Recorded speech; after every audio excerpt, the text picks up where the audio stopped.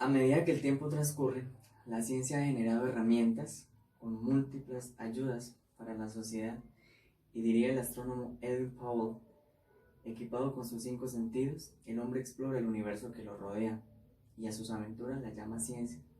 Una de estas aventuras, aún en desarrollo, es la nanotecnología. Soy Harold Camargo, estudiante de Ingeniería Mecatrónica del primer semestre, Universidad de Pamplona. Por nanotecnología se entiende la manipulación de la materia a escala nanométrica o la ingeniería de sistemas funcionales de escala molecular. Nanómetro hace referencia a una milmillonésima de metro o 10⁻⁹. El principal ser vivo en esta escala es la bacteria del género Mycoplasma, cuya medida es de 200 nanómetros. Adicional a esto, un dato importante es que la hélice doble del ADN, su diámetro es de 2 nanómetros. Para entrar en contexto, si hacemos una relación de la escala nanométrica a la escala real, sería como hablar del tamaño de la Tierra al tamaño de una roca. Vamos a la historia de la nanotecnología. La primera persona en hacer referencia a la nanociencia o la nanotecnología fue el físico Richard Feynman.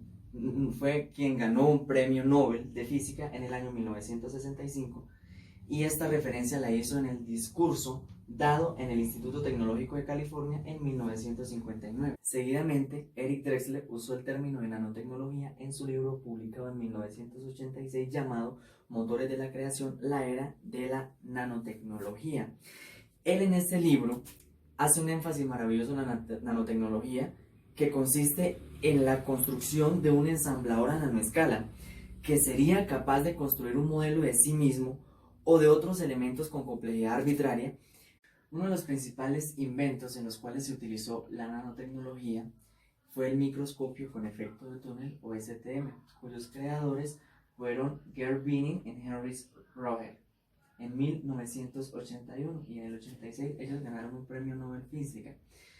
Este microscopio está basado precisamente en el efecto túnel, que consiste en que cuando se coloca una punta conductora, esta es examinada bajo una corriente de polarización que permite a los electrones pasar de un lado al otro mediante el efecto túnel a través del vacío entre ellas. Adicionalmente, otra estructura nanométrica que se descubrió en el año 1985 fueron los fullerenos, descubiertos por Harold Kroto, Richard Smalley y Robert Curr. Los fullerenos son moléculas de carbono que tienen una estructura geométrica. El primer fullereno que se descubrió fue el carbono 60, que contaba con 12 pentágonos y 26 hexágonos, donde cada vértice era un... Esta nanotecnología referida por Feynman y expuesta por Drexler ha tenido una trascendencia en muchos campos industriales, dentro de ellos la electrónica, llamada nanoelectrónica, y uno de sus principales elementos fabricados es el transistor, que es un dispositivo semiconductor que se utiliza para entregar una señal de salida en respuesta a una señal de entrada. Cumple otras funciones como amplificador, oscilador, conmutador y rectificador. En la actualidad, la nanotecnología en la electrónica se ve reflejada a través de los procesadores de computadores, como por ejemplo el Pentium 4 de Intel, ya que este tiene un tamaño menor a 90 nanómetros. Además de eso, otros dispositivos electrónicos dentro de la escala nanométrica utilizados hoy en día son los semiconductores de moléculas híbridas, nanotubos o nanohilos de una dimensión, o la electrónica molecular avanzada. Un campo industrial donde la escala nanométrica ha tenido mucha influencia y que aún se sigue desarrollando es la nanorobótica. La nanorobótica hace referencia a la ingeniería nanotecnológica para la creación de nanorobots.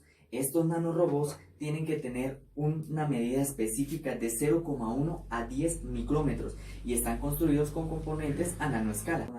Un ejemplo actual de esta escala nanométrica en la nanorobótica es un sensor que tiene un interruptor aproximadamente de 1,5 nanómetros, cuya función es contar las moléculas específicas en una muestra química.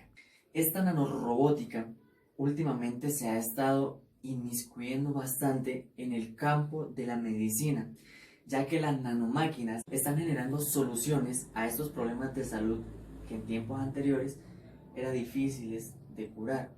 Como por ejemplo, se ha creado un nanorobot a través de biomateriales que al adherirse al torrente sanguíneo es capaz a través de un sensor programado identificar aquella célula cancerígena y llegar al núcleo de esta célula, inyectar la medicina necesaria específicamente en el núcleo, generando una reacción inmediata positiva para que esta célula cancerígena sea extirpada. Además de eso, viendo la capacidad nanométrica que tienen estos robots de adherirse a los glóbulos blancos, también existe la posibilidad de que en un futuro ellos, a través de una subsustancia, sean capaces de identificar una herida abierta con el fin de que la sanación cutánea sea mucho más rápida. Otro de los avances importantes de la nanorobótica en el campo médico son los NUBOT, que es una abreviatura cuyo significado es Nucleic Acid Robot. Esta funciona en la estructura del ácido desoxirribonucleico, ADN, para proporcionar medios para ensamblar dispositivos bi y tridimensionales. Las máquinas se activan usando pequeñas moléculas y proteínas u otras moléculas del ADN, funcionando como máquinas moleculares que permiten insertar drogas in vitro para problemas específicos de salud. Se espera que esta nanotecnología en un futuro genere nanorobots inyectados en el paciente para que funcionen a nivel celular. Y como diría Stephen Hawking, la ciencia no solo es una disciplina de la razón, sino también un esfuerzo unido a la pasión. Y ya que Christian Lowlands nos da la referencia de que la tecnología es un siervo útil pero un amo peligroso, debemos tener en cuenta que por mucha artificialidad que haya en la robótica, jamás superará la inteligencia del ser humano.